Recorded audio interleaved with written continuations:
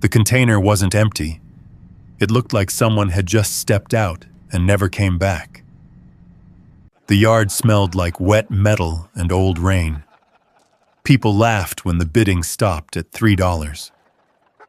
Marta didn't answer them. She was watching the container, and so was Koda. He wasn't curious. He was still, like he knew something was there, waiting, long before anyone thought to look. Would you have opened it, or walked away like everyone else? The county yard sat just outside town, past the railroad tracks where the weeds grew taller than the warning signs. It had rained the night before. Not a heavy rain, just enough to wake the smell of rust and old dirt, the kind that sticks in the back of your throat. People stood in small groups, hands in their pockets, boots shifting on damp gravel. Some came for scrap, some came out of habit. A few just needed something to do on a Thursday afternoon. The auctioneer didn't rush. He never did. He leaned against a folding table with a clipboard, calling out numbers like he was reciting something he'd memorized years ago and stopped caring about. Lot 23, mixed hardware. Start me at 10. No one moved. A man in a baseball cap laughed under his breath. That junk's been there since winter. The auctioneer shrugged. 5? Nothing. He marked something on the clipboard and waved it off. The crowd shifted, boots crunching softly. Someone lit a cigarette. The smoke mixed with the smell of wet metal and old oil. At the edge of the yard, just outside the loose circle of bidders, stood Marta Velez. 69 years old. Small frame, shoulders slightly rounded, like she'd spent most of her life leaning forward over something. Her coat was buttoned all the way up, even though the air wasn't that cold. Habit more than anything. Beside her sat Koda, German shepherd. Thick coat, darker along the back, lighter at the legs. He didn't move much, just watched. Not the way most dogs watched. Not curious, not restless. Still. Marta held the leash loosely. Not tight, never tight. She didn't need to be. Koda didn't wander. They'd been standing there for almost an hour, long enough for the rhythm of the place to settle into her bones. Call, pause, shrug. Call, pause, shrug. Things nobody wanted. A bent ladder, a cracked toolbox, a stack of warped plywood that smelled like mildew. She didn't look at those things the way the others did. She wasn't measuring resale or weight or salvage. She was looking for something else. The auctioneer flipped a page. Lot 27. A few heads turned. Not many. It's a container, he said, pointing with the pen. Steel, 20 foot. Been sitting here a while. A man near the front squinted. How long's a while? 11 years, give or take. That got a reaction. Not interest, just amusement. Yeah, that's a hard pass, someone said. A couple of people chuckled. The container sat near the back fence, angled slightly, like it had been pushed there and forgotten mid-move. The paint had long since given up trying to be a color. What remained was a patchwork of dull red and brown, eaten through in places where the metal showed through like bone. The doors were shut tight. A lock hung there, thick, rusted solid. Could be empty, the auctioneer went on. Could be full of rats. Could still keep the rain off, if you're lucky. More laughter. He looked up. Start me at 10. Silence. Someone kicked a rock. It skidded across the gravel and hit the base of the container with a hollow sound. 5? He tried. Nothing. The cigarette smoke drifted sideways with a light breeze. Marta didn't move right away. She was looking at the container, Not the rust, not the dents. Something else. Koda stood up. It wasn't sudden, not sharp. Just a shift, like a decision made somewhere deep inside him. His ears lifted slightly, his head angled forward. He wasn't looking at the crowd. He was looking at the container. Marta noticed.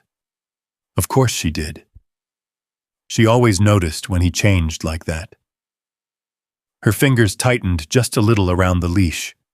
The auctioneer exhaled, ready to mark it unsold. All right. If there are no 3. Her voice didn't carry far. It didn't need to, but it was enough.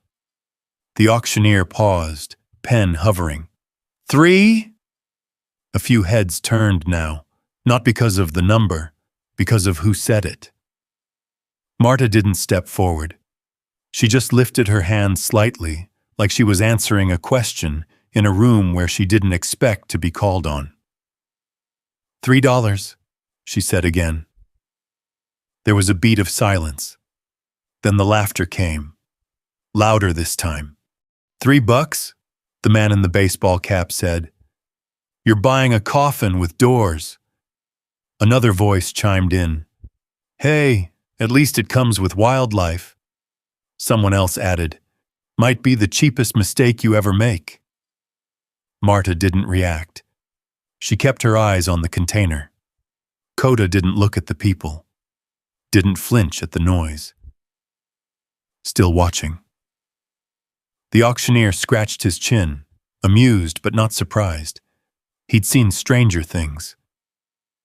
All right, he said. I've got 3. Anybody want to go 4? No one moved. The laughter faded into small grins, people shaking their heads. Going once, Ma, he said. Marta's hand lowered. Going twice.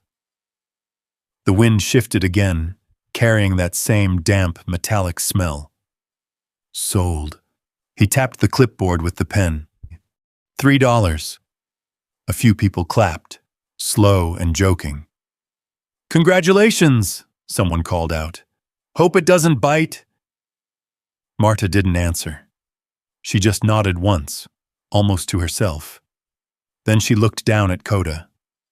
For a moment, nothing passed between them that anyone else could see. Then she said, quiet. All right. Koda stepped forward first, not pulling, not eager, just moving like he already knew where they were going, and Marta followed. She didn't look back at the crowd. There was nothing there for her. Not really.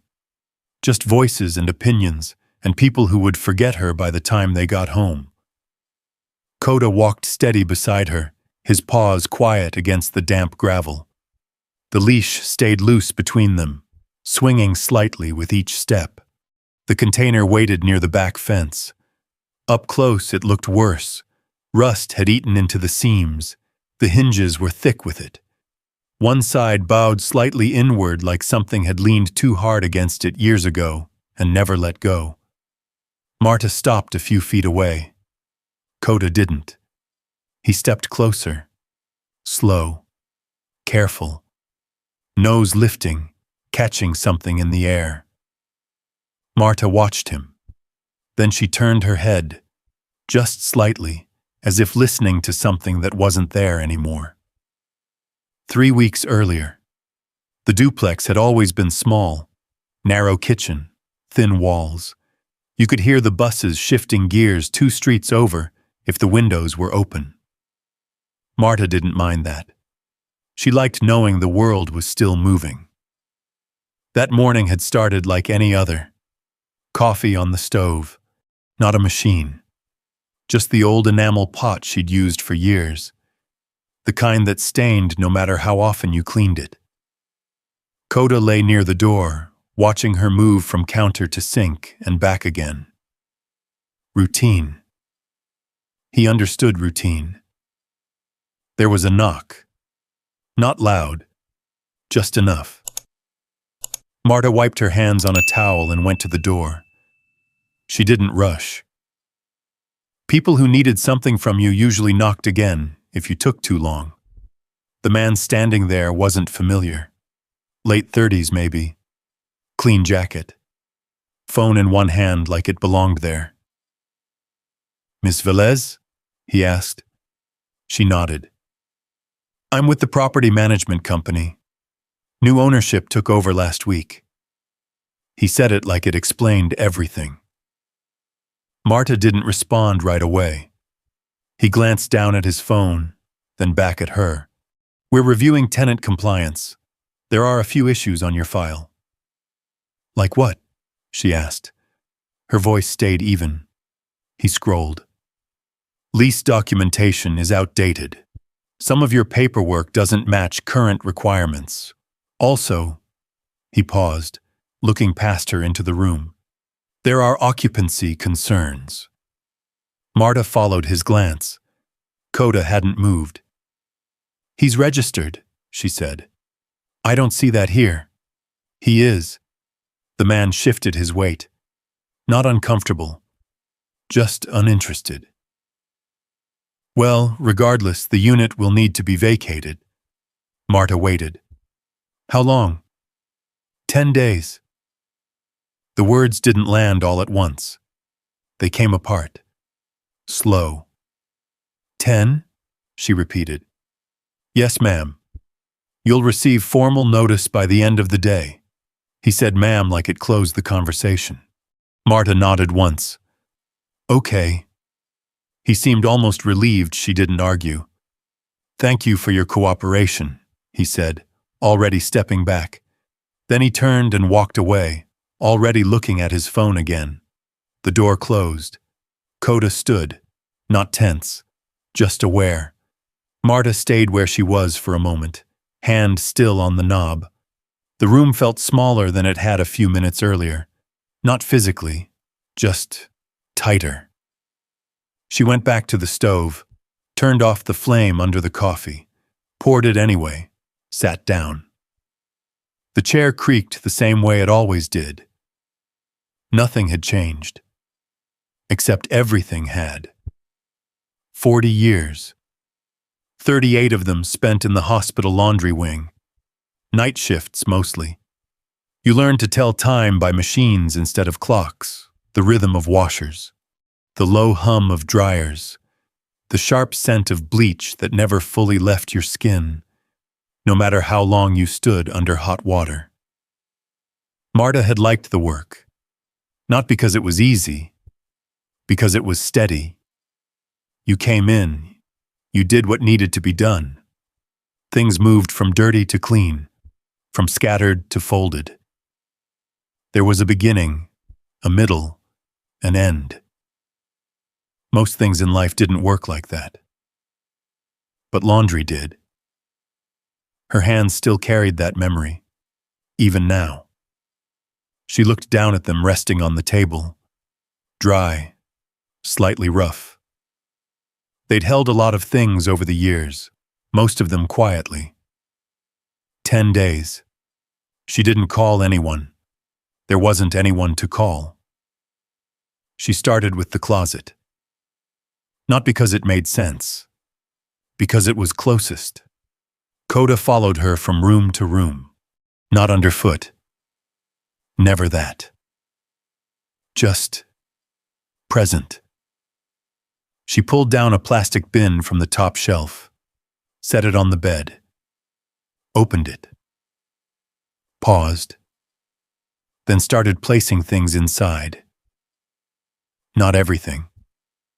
Just what fit. A few shirts, a jacket, the small photo of her sister from years ago, the one where they both looked like they had time. The rest stayed where it was, not abandoned, just left. There wasn't room for everything. There never is. Koda watched from the doorway. His head tilted once, then straightened. He didn't understand boxes, but he understood change. By the third day, the apartment had started to echo. By the seventh, It didn't feel like hers anymore. By the 10th, it wasn't. She carried the bins out herself, one at a time. Set them in the back of the hatchback she'd kept running longer than most people would have bothered with. The engine turned over slow, then caught. Koda jumped in without being asked. The seat creaked under his weight. Marta closed the door. She didn't look at the building again. Didn't need to. The man with the phone had been right. On paper. That was enough. Back at the yard, the container stood quiet against the fence. Marta reached out and placed her hand against the metal. Cold. Even in the afternoon. Koda stood beside her, eyes fixed on the door. Not restless, not impatient, just waiting. Marta let her hand rest there a moment longer. Then she exhaled, slow. "Let's see," she said. And for the first time since the knock on her door, her voice sounded like it might belong to something ahead of her, not behind. But that feeling didn't last long. The yard closed before sunset. A man in a reflective vest walked the fence line, locking the outer gate with a chain thick enough to hold back more than just people. Marta didn't argue. She hadn't expected to stay there overnight. Places like that weren't meant for staying. She led Koda back to the car. The hatchback sat where she'd left it earlier that week, tucked behind an auto repair shop that hadn't opened its doors in months. The windows of the building were coated in dust from the inside. A faded sign hung crooked above the garage door, the letters barely readable. The ground there stayed damp longer than everywhere else. Oil had soaked into it over the years. Even after the rain stopped, it held on to that smell. Thick, heavy, almost sweet if you stood in it too long. Marta opened the back door. Koda climbed in without hesitation, turning once before settling across the seat. His body filled most of the space. His head rested near the window, eyes already tracking the movement of a passing truck on the street beyond. Marta placed the plastic bins carefully behind the front seats. Everything she owned now fit in those bins. She didn't think about that directly. She just closed the door. The evening air cooled faster than expected. The kind that slips in through the seams of things. The kind that doesn't ask permission. She climbed into the driver's seat. The engine didn't turn over right away. It coughed, hesitated, then caught. She let it run for a minute. Not for warmth. Just to hear something steady. Then she turned it off. Silence followed. Not complete silence. There was always something.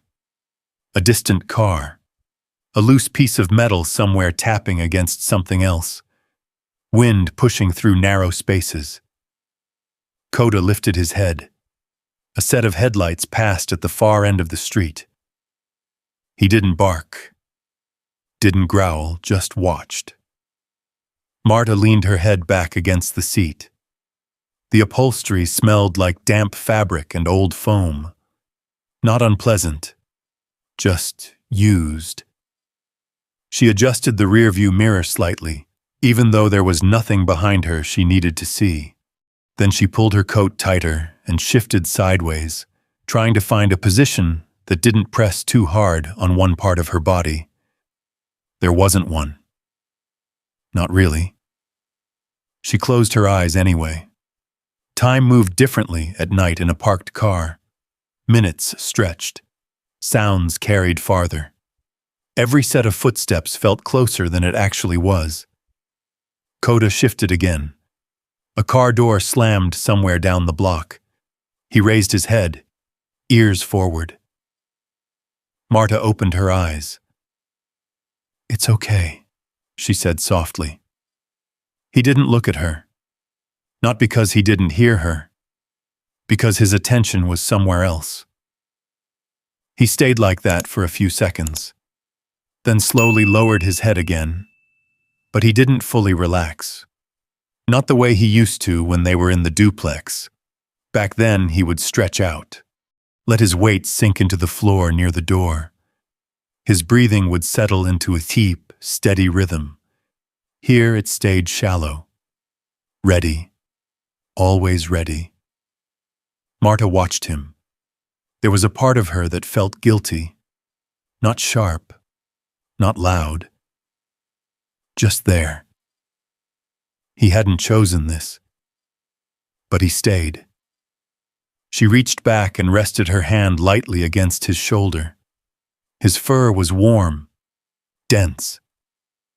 He didn't move away. The night deepened. Cold crept in through the glass, through the thin metal frame of the car. Marta pulled her knees closer, trying to conserve what warmth she had. Sleep came in pieces, short, uneven. She'd drift off for a few minutes, then wake at the sound of something small, a branch scraping, a distant engine, the soft shift of Koda adjusting his position. Each time she woke, she checked the same things. The doors, the windows, the street, then Koda. Still there. Always there. Around 3 a.m, a truck passed close enough to shake the car slightly. Koda was up before the sound fully reached them. Standing now, body angled toward the front windshield. Still silent. Marta sat up slowly. Watched. The truck moved on. The sound faded. Koda remained standing a few seconds longer. Then he turned his head, looking back at her briefly. Not for permission, just acknowledgement. Then he settled again. Morning came without ceremony. The sky lightened behind the buildings. Gray first, then something softer. Marta sat up, her back stiff. Her hands moved slowly, like they needed to remember what to do. Koda was already awake, watching the street. Not tense, just present. She opened the door. Cold air rushed in, fresh, in a way the inside of the car never was. She stepped out, stretching carefully. Her joints protested, quietly.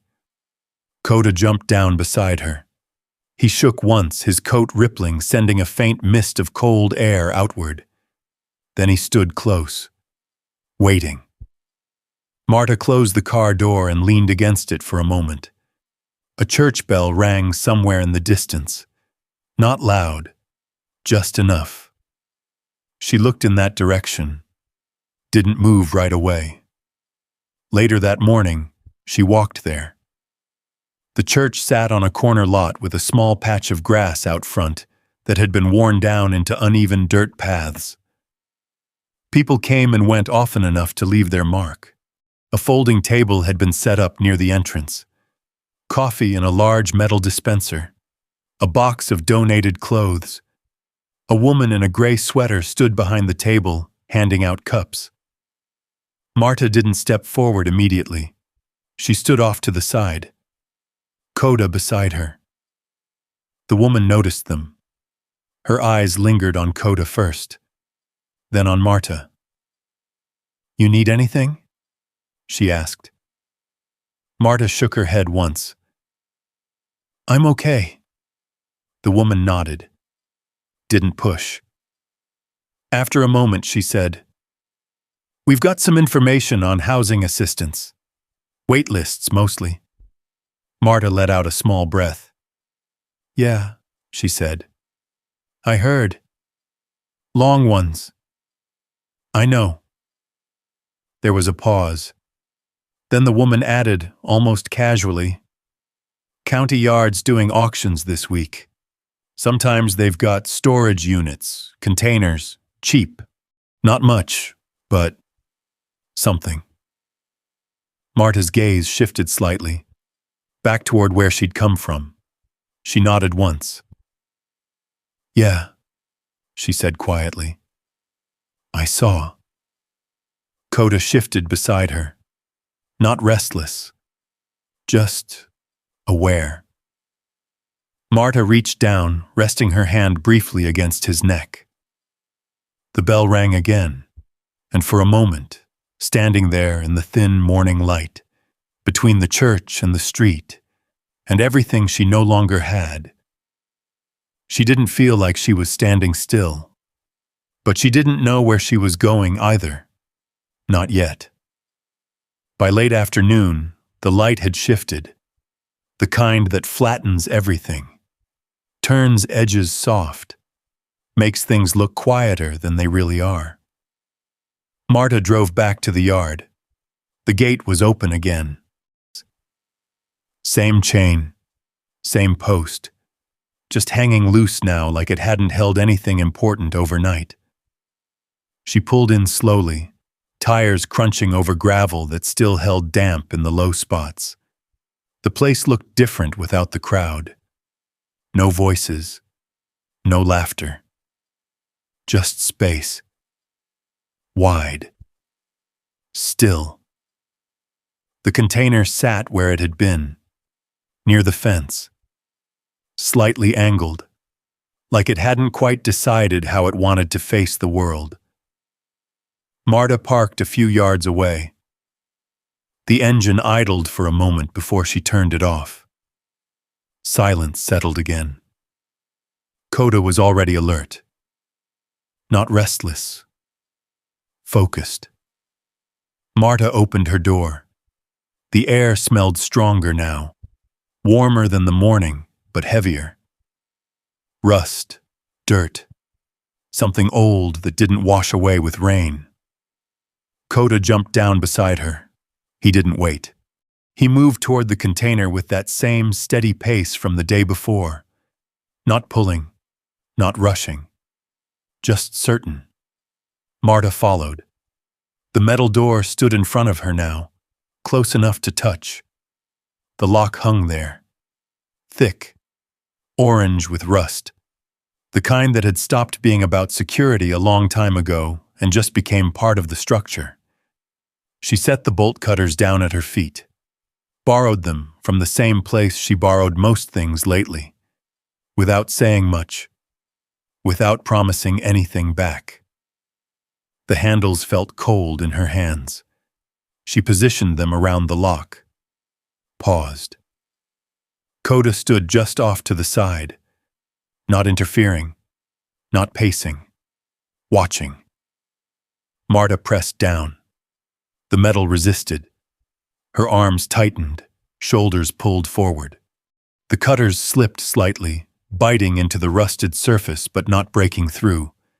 She adjusted her grip, tried again. This time harder. There was a sound, sharp, sudden, not loud, but final. The lock gave. It dropped to the ground with a dull, hollow thud. Marta straightened slowly, catching her breath. She nudged the lock aside with her shoe, then reached for the handle. The door didn't move at first. She pulled. Nothing. The hinges were stiff, locked in place by years of not being asked to move. She shifted her weight, pulled again.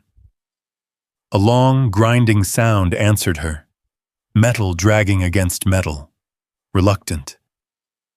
Then, slowly, the door opened, just enough for light to slip inside. Marta stepped back, let the air move. There was a smell, not sharp, not rotten, something in between. Oil, dust, and something faint beneath it. Something she couldn't place right away. Koda stepped forward. He didn't rush in. He lowered his head slightly, taking in the air, letting it settle. Then he crossed the threshold. Marta followed. Inside, the light didn't reach far. The space felt deeper than it should have. The walls closing in, the ceiling lower than expected. But it wasn't empty. That was the first thing. Not empty. Along the left wall, a workbench ran the length of the container, bolted down, scarred, darkened in places where something had been used over and over again. Tools lay there, not scattered, placed. Wrenches, screwdrivers, a small hammer, each one set down like it had a place it belonged. On the right side, metal shelving had been mounted directly into the walls, the brackets welded in place.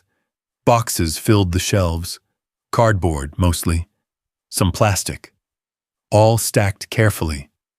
No collapse, no mess, just order.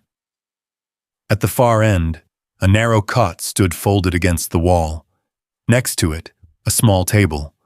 A chair pulled in close like someone had stood up and never sat back down.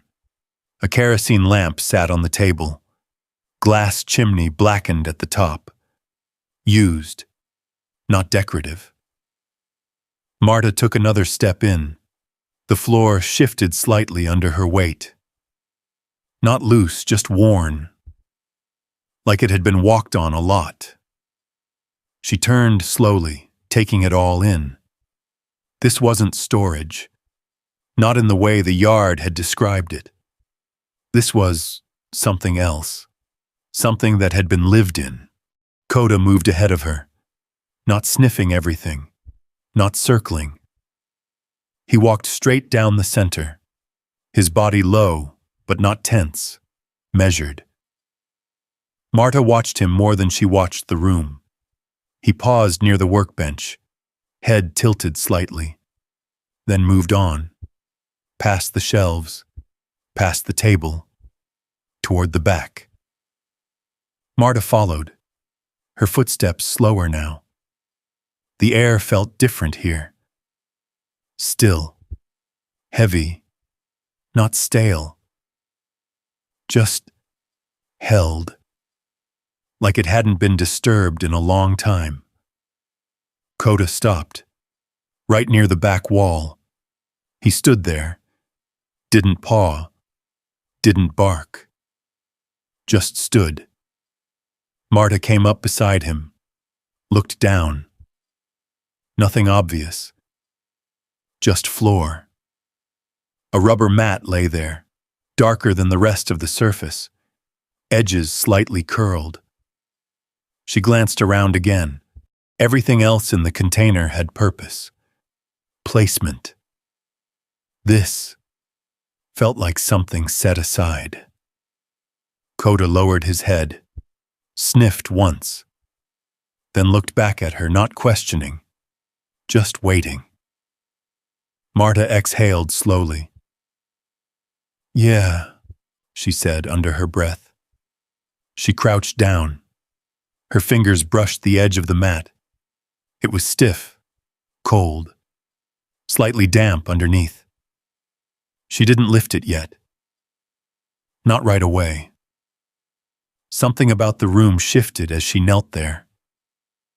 Not physically. Just in the way it felt to be inside it, like she had stepped into the middle of something she didn't understand yet. Behind her, the open door let in a narrow line of light. It stretched across the floor, stopped just short of where she was. Marta stayed there a moment longer, hand resting on the edge of the mat, Koda standing beside her, still, watching.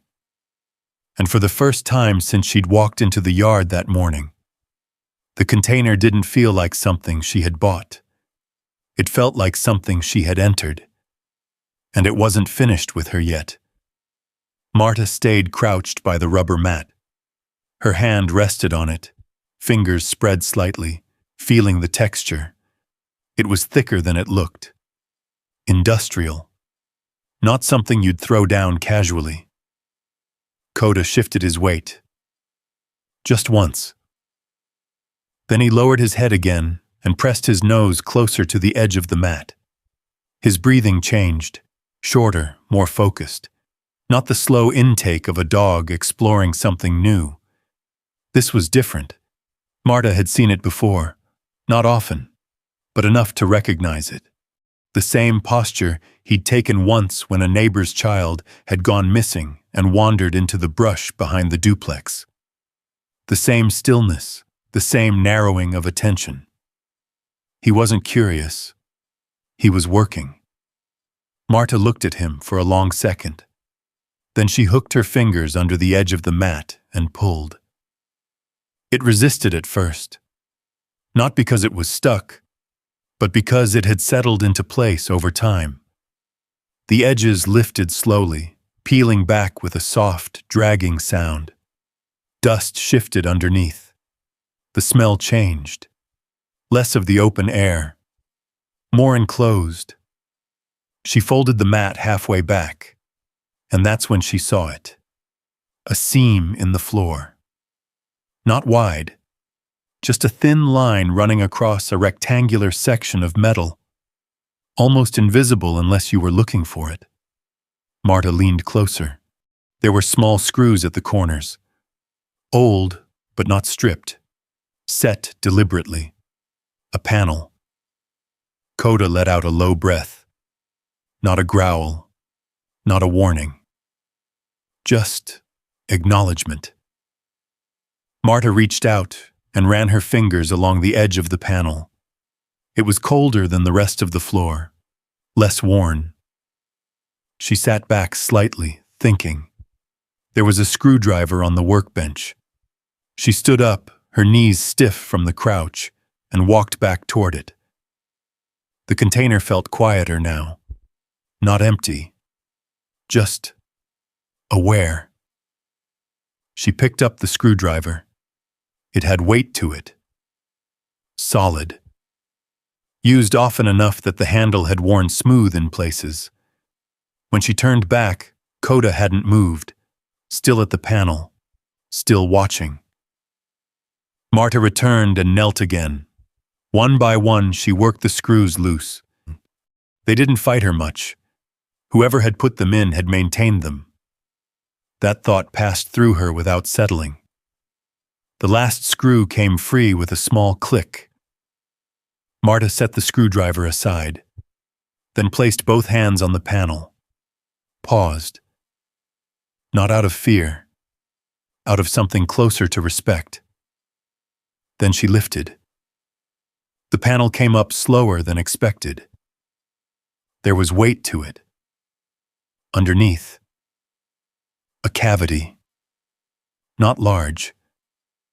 Just enough to hold something hidden and protected. Inside sat a metal case. Rectangular. Dark gray. Wrapped tightly in layers of plastic sheeting, sealed with tape that had yellowed but not peeled.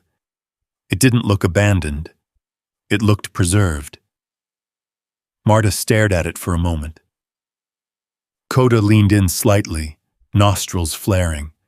Then he stepped back. Not away. Just giving space. Marta reached down and touched the plastic. It crinkled faintly under her fingers. Dry. Intact. She lifted the case out carefully and set it on the floor beside her.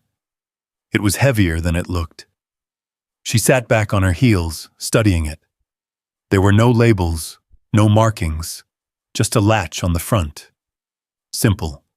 Functional. The kind of thing that didn't draw attention. Her hands rested on her thighs. She didn't open it right away. The container had gone completely still around her. Even the sounds from outside, the distant traffic, the wind along the fence, felt muted now, like they belonged somewhere else. Koda sat down, not laying, not relaxed, sitting, watching her. Marta let out a slow breath. "All right," she said quietly. She reached forward and flipped the latch. It clicked open with a clean, sharp sound. She lifted the lid. Inside. More plastic. Carefully wrapped bundles. Stacks of something flat. She peeled one layer back, then another, until the contents came into view. Not money, Not tools. Not anything she had expected. Paper. Notebooks. Several of them. Bound. Thick. Edges worn but not damaged. Beside them, a small stack of loose pages clipped together. And underneath, a plastic sleeve. Inside it, an ID badge. Marta picked it up. The plastic was clouded with age, but the photo was still visible. A man. Late 40s, maybe early 50s. Serious expression. Not smiling. She turned the badge slightly to catch the light. The name read, Daniel Ionescu. Daniel. Below it, in smaller print, maintenance technician. And beneath that, the name of a chemical plant she recognized from the edge of town. Marta frowned slightly. She set the badge down and picked up one of the notebooks. The cover was plain. No label. Just wear along the edges where it had been handled over and over again. She opened it. The handwriting inside was tight, precise. Every line filled with numbers, notes, diagrams, dates, times, short phrases written in a way that suggested they weren't meant to explain, just to record. Pressure levels, valve positions, temperature fluctuations. Some pages had small sketches, pipes, junction points, arrows marking flow directions. Marta turned a few pages. The entries continued. Day after day, month after month, years. The pattern didn't break, but the tone shifted. Subtle at first. The notes became denser, more frequent, occasionally underlined. She flipped further ahead. The writing changed, not in style, in urgency. Lines crossed out. Rewritten. Margins filled with additional notes, dates circled. Then, it stopped. Mid-page. The last entry cut off before the sentence finished. Marta stared at it. Her fingers rested lightly on the paper. The container around her felt different now. Not like a space someone had used, like a space someone had left. Koda stood again. He stepped closer to her, lowering his head slightly, as if trying to catch the same thing she was seeing. Marta closed the notebook slowly, set it back into the case, then looked around the container again. The workbench, the tools, the cot, the lamp. None of it felt random anymore. None of it felt forgotten. It felt interrupted. She sat there for a long moment, then reached down and placed her hand on Koda's neck. His fur was warm under her fingers. Steady. Present. Outside, the light had shifted again. The line of sun creeping through the open door had moved further inside now, touching the edge of the floor where the panel had been lifted. Marta looked at the case, then back at the container, and for the first time since she'd opened the doors, the question wasn't what she had found. It was what had happened here, and why it had been left waiting. Marta didn't move for a while. The notebook sat closed in her hands, but the feeling of it stayed open somewhere deeper. The weight of it, not heavy in pounds, heavy in something else. Koda stood beside her, head slightly lowered, eyes moving between her and the case. Waiting. Marta exhaled slowly and reached back into the metal box. She pulled out another notebook. This one was thinner, edges more worn, like it had been handled more often. She opened it. Same handwriting, precise, disciplined. But the entries were different. Not just numbers this time. Short sentences. Fragments. Valve 3 reading inconsistent.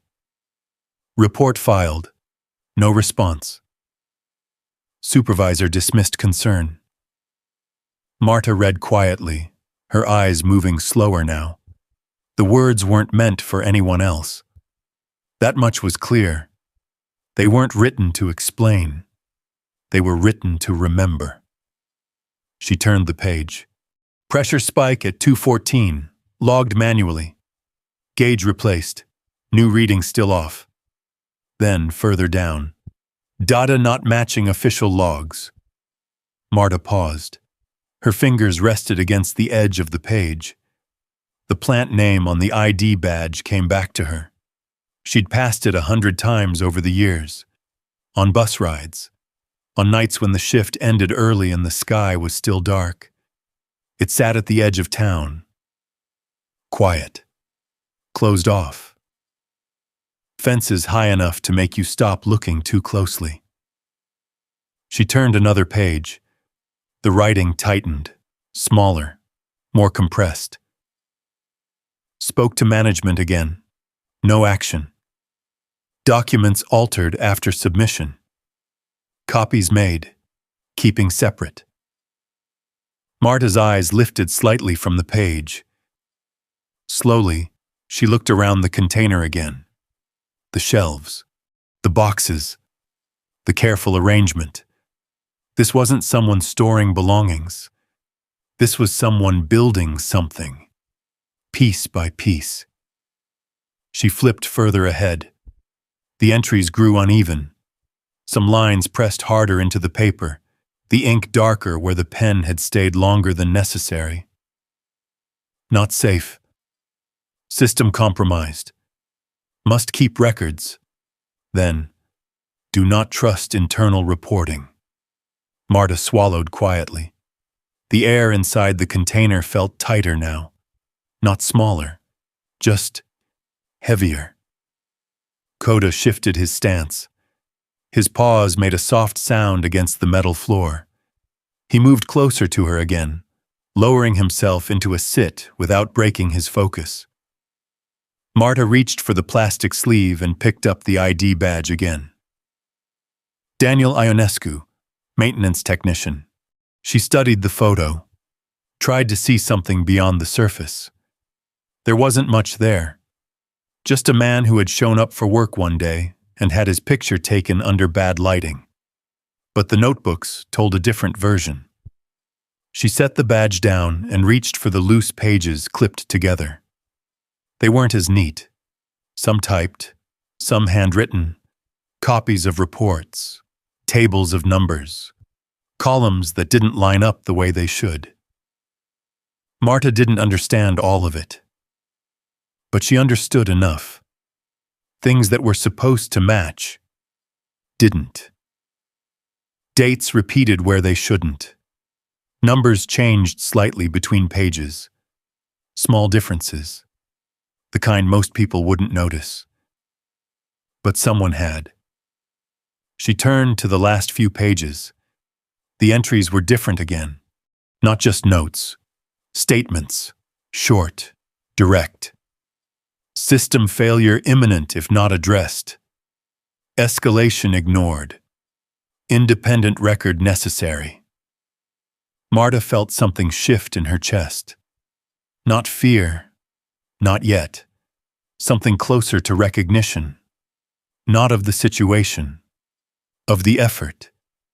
The kind of effort that comes from knowing something is wrong and not being able to make anyone else see it. She flipped to the final page. The writing started the same as the others, then changed. The lines became uneven, the spacing off, like the hand writing them had been interrupted.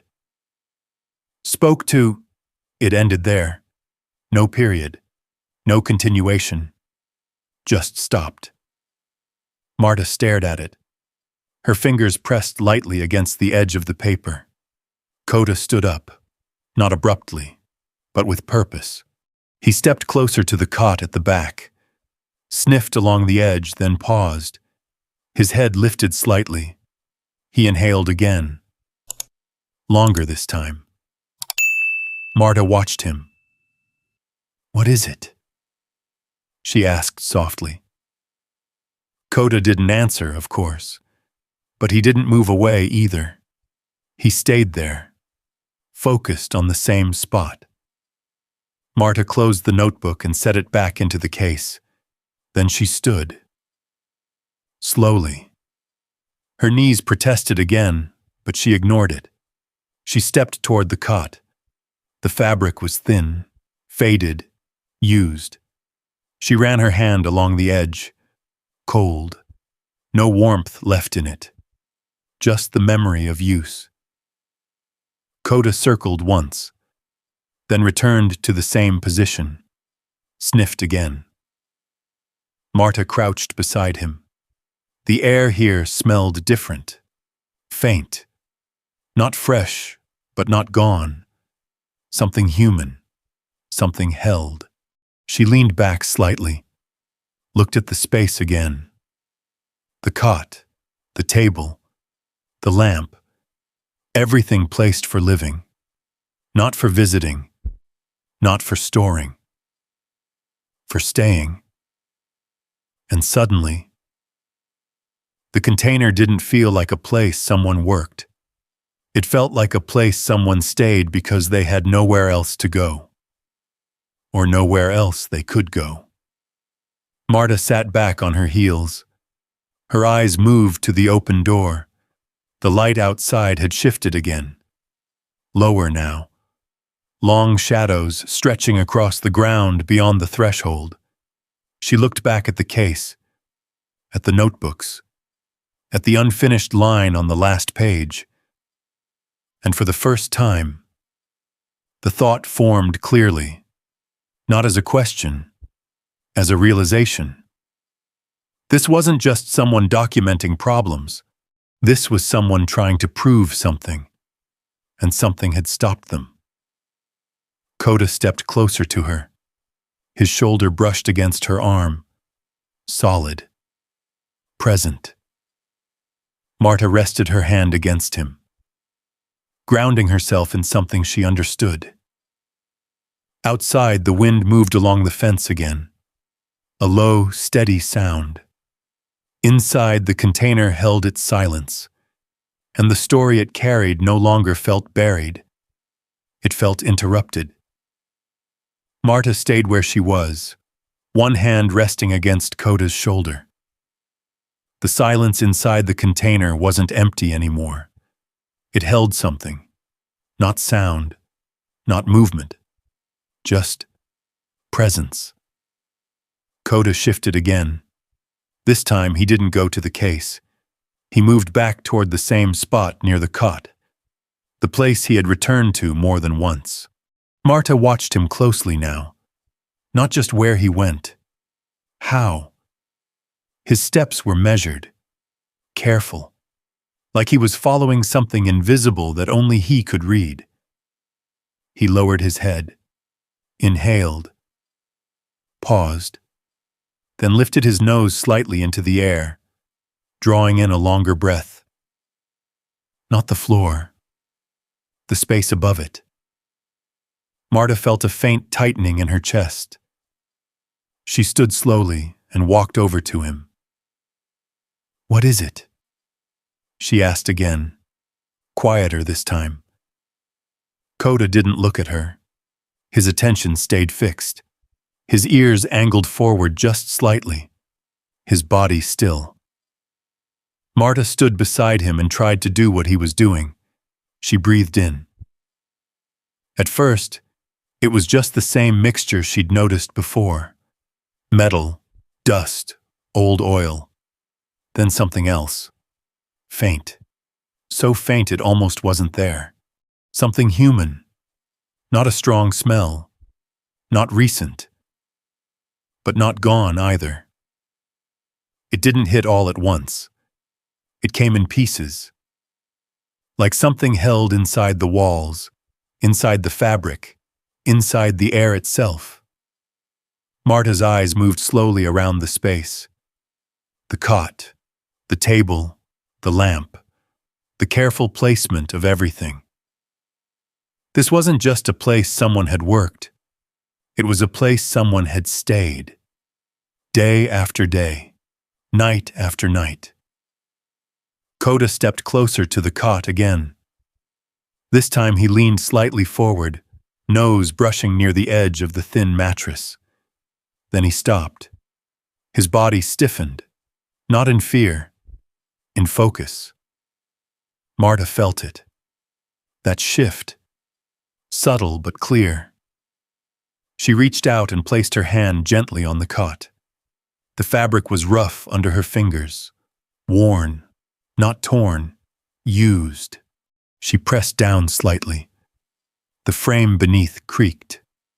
Quiet. Old. Her hand stayed there. Then she looked down at the floor beside it.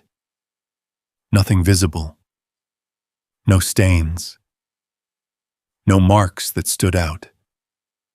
But the space felt different, like the air had settled there longer than anywhere else. Koda backed up half a step, then circled once, came back to the same position. Again. Again. Not restless, not confused, certain. Marta watched him repeat the motion. The same path, the same stop, the same pause. She stood still, letting it happen, letting it settle in her mind. He wasn't searching. He had already found something. He just didn't know what to do with it. Marta straightened slowly. Her gaze moved back to the notebooks resting in the open case, then to the ID badge, then to the last unfinished line. Everything connected. Not in a clear way. Not yet. But enough. Enough to change how the space felt around her. She stepped back, taking in the entire container again. The workbench, the tools. Everything placed with intention. Everything maintained. Someone had taken care of this place. Not temporarily. Carefully. Consistently. The thought came quietly. Not sudden. Not loud. But steady. This wasn't a place someone left behind. This was a place someone depended on. And then they were gone. Marta's eyes returned to Koda. He stood still now, not moving, just watching the space, as if waiting for something that wasn't going to happen. She crouched again beside him. Her hand found his neck. Warm. Alive. Here. You know something, she said softly. It wasn't a question. Koda didn't respond, but he didn't need to. Marta exhaled slowly. Her gaze moved to the open door. The light had shifted again, lower now, longer shadows stretching across the ground outside. Time had passed, more than she realized. She looked back at the container, at everything inside it, then down at the panel she had removed, at the space where the case had been hidden. This wasn't storage. It wasn't even just evidence. It was something someone had protected, hidden, kept safe. And whatever had been happening here, it hadn't ended the way it was supposed to. Marta stood up, her movements slower now, more deliberate. She walked back to the case and closed it carefully, set it aside. Not hiding it, just keeping it contained. Then she turned back to the cot one more time. Koda hadn't moved, still there, still watching. Marta took a step toward the door, then another. Koda hesitated, just for a moment, then followed. At the threshold, Marta stopped. She looked back once. The container sat behind her, open, quiet, holding everything it had held for years, unchanged, but not untouched anymore. The air outside felt different, lighter, but not easier. Marta stepped out into the fading light, Koda beside her. The gravel shifted under their feet. The wind moved along the fence again. But something had changed. Not in the yard, not in the container, in her. The question she had when she first walked in, "What is this?" It wasn't the question anymore. Now it was something else. Something heavier.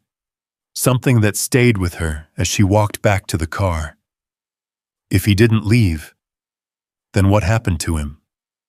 Koda glanced back once, then forward again, and for the first time since they had opened the door, they weren't just leaving the container behind, they were carrying it with them.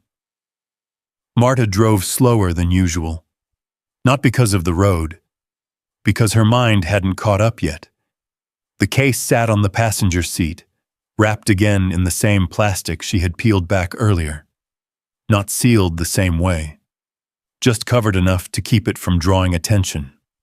Koda lay in the back, but he wasn't settled the way he had been the night before. His head stayed up longer. His ears moved with every sound outside the car. The sun dropped low behind the buildings, flattening everything into long shadows. Marta didn't go back to the repair shop. She drove past it, turned left where she usually turned right. The town shifted as she moved through it. Small storefronts, closed signs, a diner with lights on but only 2 cars outside, a laundromat she used to pass on her way to work years ago. She kept going, not fast, not hesitant, just continuing. She didn't have a plan, not fully. But she knew one thing. She wasn't going to leave that case sitting in the container, and she wasn't going to pretend she hadn't seen what was inside it. The road narrowed as she moved away from the main streets. Streetlights came on one by one. The sky dimmed into that in-between hour where things looked softer but felt sharper. She pulled into a small parking lot near a brick building with a faded sign out front. The letters were worn but still readable.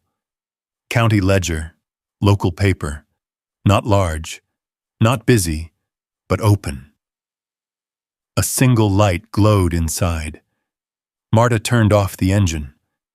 The silence in the car returned, but it felt different now, more focused. She looked at the building, then at the case, then at Koda. He met her eyes for a moment. Still. Waiting. Marta nodded once. "All right," she said quietly. She stepped out. The air was cooler now, carrying the faint smell of evening, dry pavement, distant cooking, something familiar that didn't belong to any one place. She walked to the door. It opened with a soft bell. Inside, the room was small. 2 desks, stacks of paper, a bulletin board covered in notices, most of them old. A man sat behind one of the desks, leaning back slightly in his chair, reading something under a desk lamp. He looked up when the door opened, not startled, just curious. "Evening," he said. His voice was calm, not rushed, the kind that didn't push people away. Marta stepped inside. Koda followed close, stopping just inside the doorway. The man's eyes moved to the dog, paused, then back to Marta. "He all right?" he asked. "He's fine," Marta said. The man nodded, didn't ask more. Marta set the case on the desk. Not hard, just enough for it to be noticed.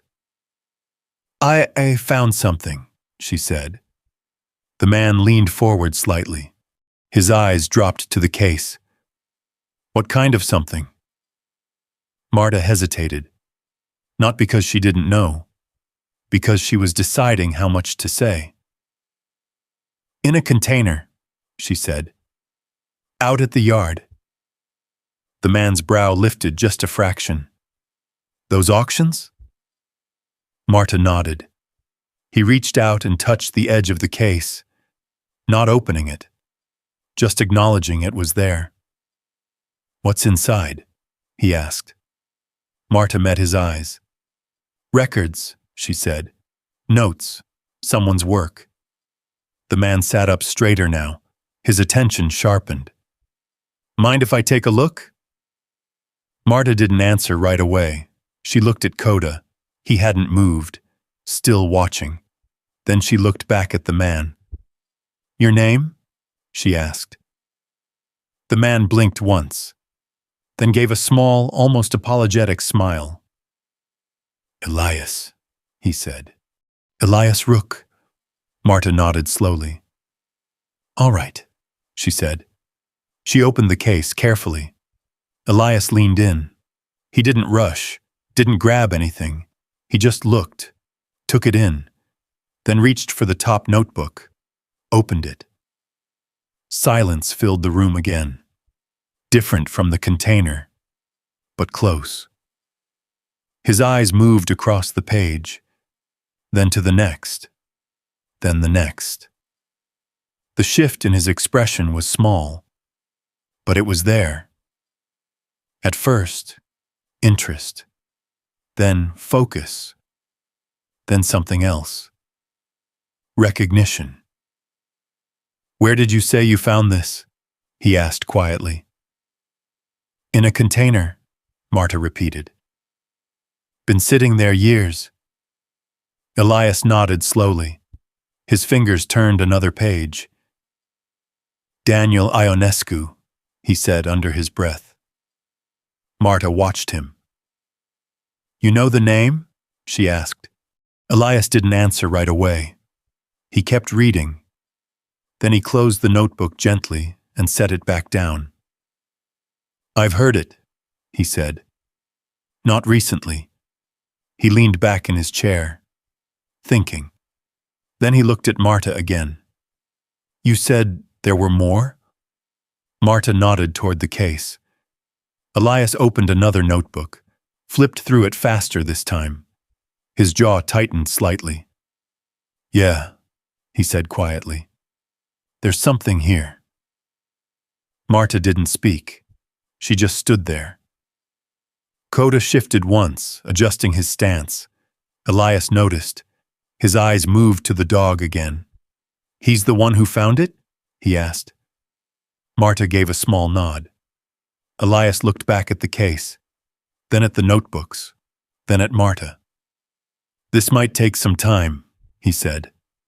All right, Marta replied. You okay waiting? Marta considered that. The night outside, the car, the uncertainty. Then she looked at the case, at the notebooks, at the last unfinished line still sitting somewhere in her mind. I'll wait, she said. Elias nodded. He pulled a chair out slightly, not insisting, just offering.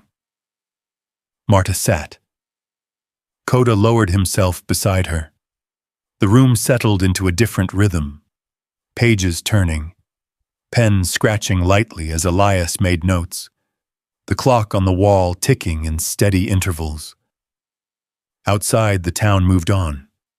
Inside, something else had started. Not loud, not dramatic, just careful, piece by piece. Marta sat with her hands resting in her lap, watching, waiting. And for the first time since she'd opened the container, she wasn't alone in trying to understand it. The hours passed quietly. Elias didn't rush. He read the notebooks the way someone handles something fragile, not physically, but in the way he paused between pages, letting things settle before moving forward.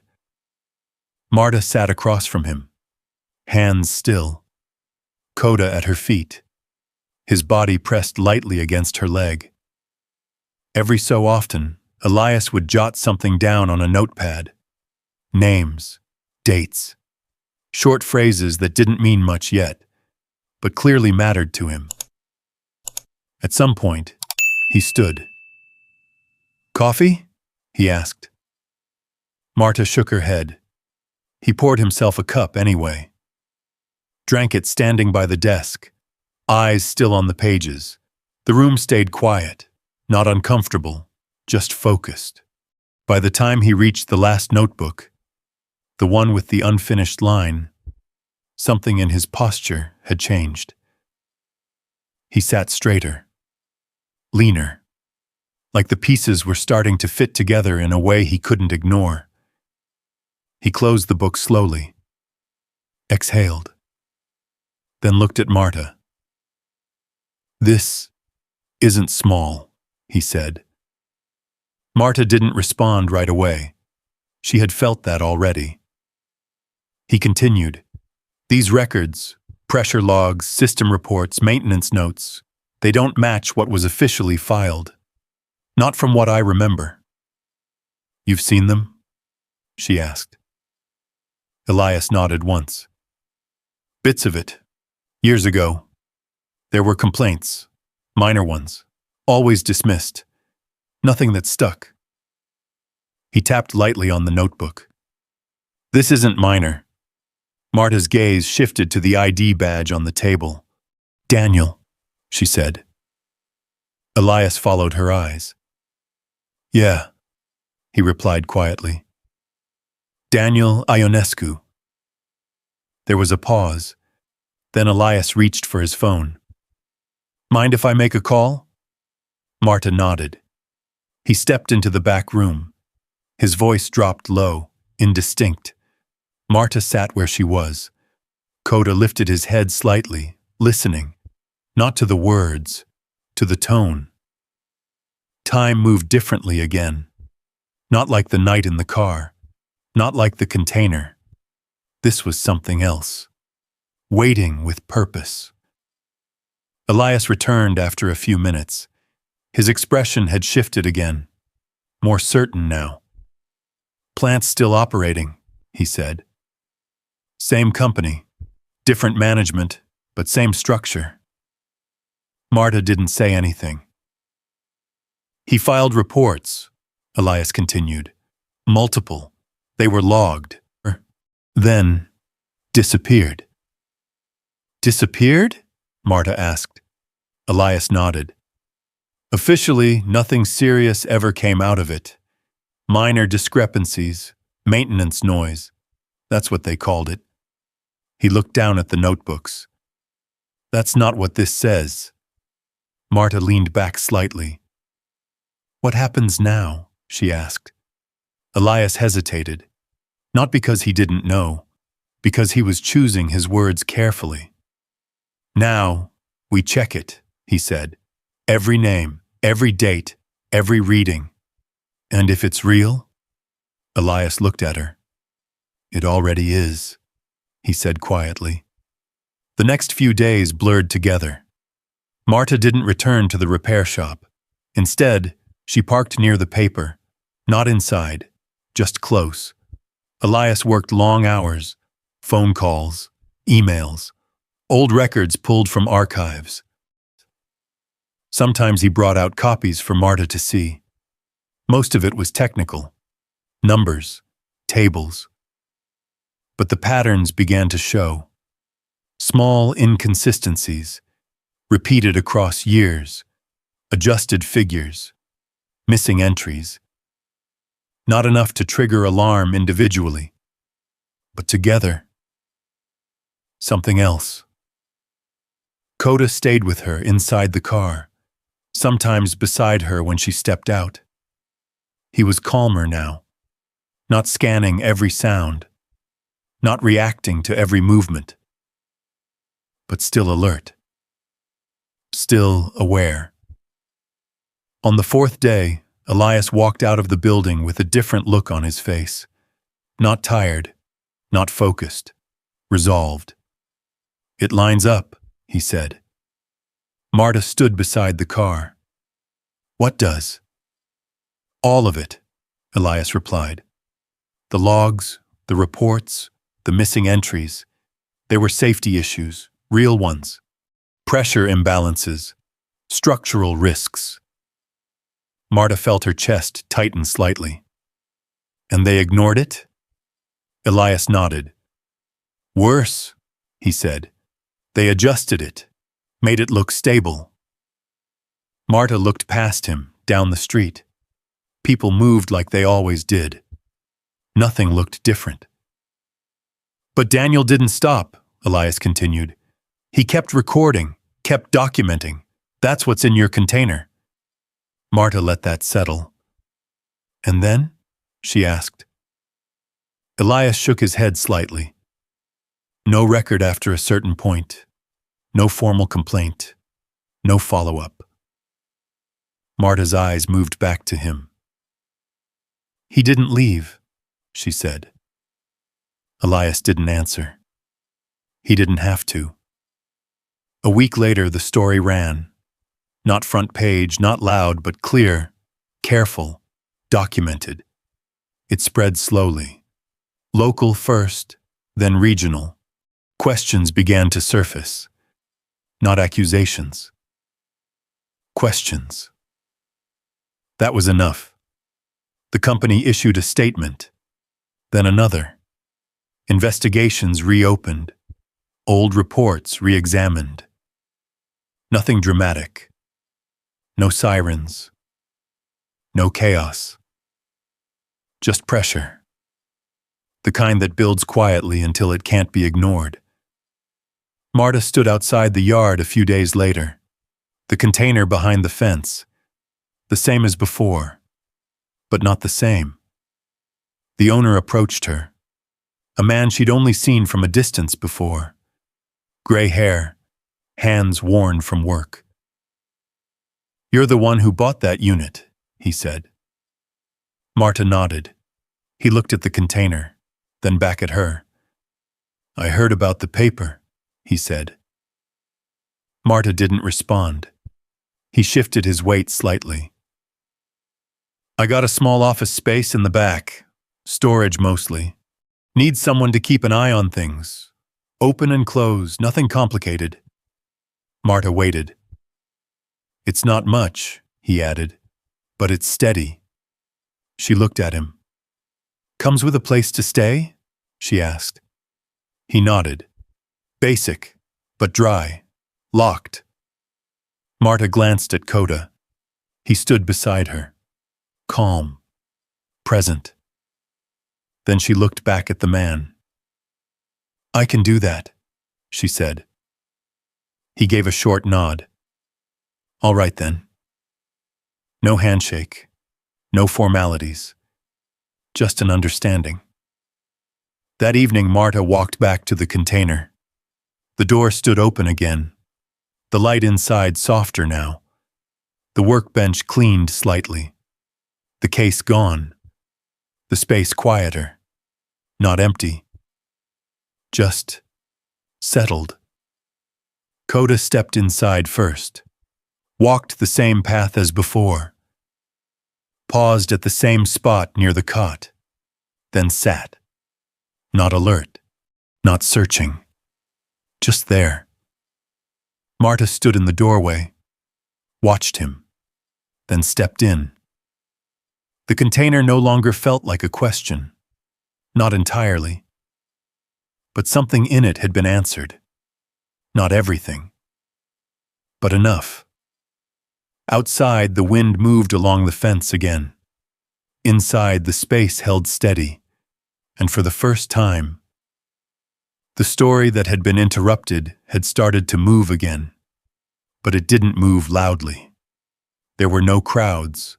No sudden change that turned everything upside down overnight. Just small things. Steady things. The kind that don't announce themselves. Morning came through the open container door in a long, quiet line of light. It stretched across the floor, catching the edge of the workbench, the corner of the table, the place where the cot stood. Marta sat just inside that light, a cup of coffee in her hands. Not the enamel pot from before, something simpler now, something that worked. The air inside the container had changed, still carried the faint trace of oil and metal, but it didn't feel closed in anymore. It felt settled. Outside, the yard had begun its slow routine. A truck backing up somewhere near the fence. Voices in the distance, not loud, just part of the day. Koda lay at the entrance, front paws stretched out, head resting between them. He watched the yard without tension. No sudden movements, no sharp reactions. Just watching. Every so often, his ears would shift. A sound caught, processed, released. Marta took a slow sip of her coffee, set the cup down beside her. Her hands rested on the edge of the metal frame, the same frame that had felt foreign the first day she touched it. Cold, unfamiliar. Now it felt different. Not warm, but known. She ran her fingers along it, slowly. Not thinking about the container as something she had bought, or something she had found, just something she had come to understand.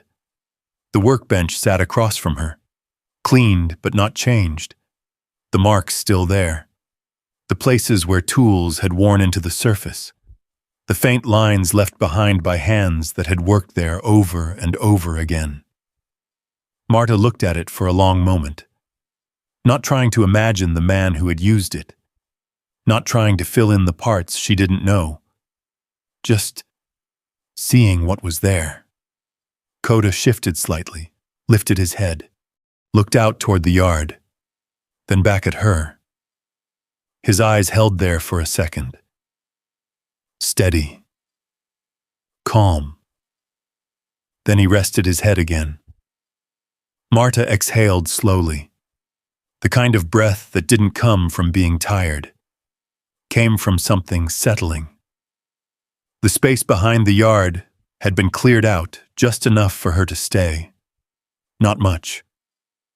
A small room, a door that locked, a place to put the bins, to sleep without watching the windows. It wasn't large. It wasn't permanent. But it was hers. For now.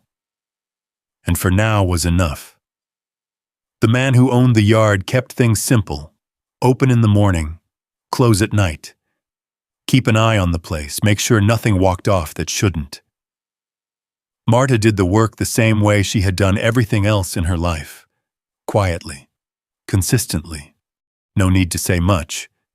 The paper had moved on to other stories. Elias still stopped by sometimes. Not to ask questions anymore. Just to check in. Sometimes he'd stand in the doorway of the container, look around, then nod. Like something there made sense to him now. Other times he'd bring a copy of the paper, folded, marked in places, small updates, follow-ups. Nothing dramatic, but enough to show that what had been written stayed written. The plant, the reports, the name. Daniel Ionescu. Not forgotten, not buried, just brought back into the light.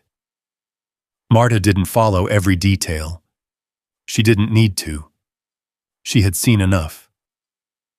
Koda stood now, stretched once, then stepped out into the yard, moved a few feet, turned, checked back. Marta watched him, then stood. Her joints still reminded her of every year behind her, but they moved. She stepped out of the container. The light was brighter now. The day fully settled. The gravel under her shoes shifted the same way it always did. Nothing about the yard had changed. Same fence, same rusted edges, same pieces of things waiting for someone to decide if they mattered. Marta looked back at the container, the door still open, the interior visible from where she stood.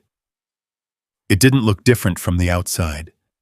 Still dented, still worn, still something most people would walk past without a second thought. She stepped closer, placed her hand on the metal again. This time she didn't pause, didn't question it.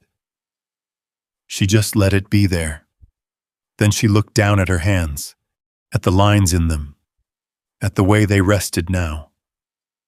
Not empty, not full, just steady.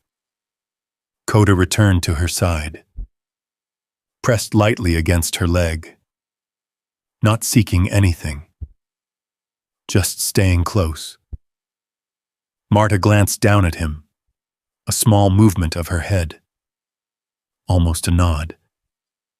Then she looked back out at the yard, at the space, at the day moving forward without asking permission, and for a moment, she thought about everything that had led her here. The duplex, the knock on the door, the car, the night, the container, the notebooks, the man who had written things down because he couldn't make anyone listen. She didn't try to sort it, didn't try to make it into something larger than it was. She just let it sit. The way the container had sat for years, holding something, waiting, until someone paid attention. Marta picked up her coffee again, took another sip, then set it back down. Koda lay down beside her. The yard continued its quiet rhythm, and the thing that had changed her life, it hadn't been the container, or the notebooks, or even the story that had come out of it. It had been the moment she stopped walking past something everyone else ignored. The moment she stayed long enough to see it, to notice, to follow where it led. She looked at the container one last time, then turned back toward the yard. And this time, she didn't feel like she was standing between something lost and something unknown. She just fell here, and that was enough. Koda didn't look at the yard anymore, not the truck, not the fence, not the movement of people coming and going. He stayed close to the doorway of that old container, like there was something in the air he still recognized, something worth keeping watch over. Marta stood there a while longer, her hand resting on the metal, feeling the fine warmth the sun had left behind. Funny thing, a week ago, she would have seen display the way everyone else did, just wrap, just something left behind too long. But Koda hadn't seen it that way. He hadn't walked past, he hadn't laughed with the others. He stopped, listened, stayed where something didn't sit right, even when nothing was visible, even when it would have been easier to move on. Marta let out the quiet breath. On those years, sorting liners, folding what other people left behind, she thought she knew how to tell what mattered and what didn't. Turns out, she'd been missing something. Not everything announced itself. Something just wait, and they wait until someone noticed. She leaned down at Koda. "You saw it first," she said, almost to herself. He didn't react, just stayed there, steady as ever. Outside, the day kept moving, same as always, but inside that small space, something had finally been seen. And maybe that's the part that stays with you. How many things in your life have been sitting quiet waiting because everyone else decided they wasn't worth looking at?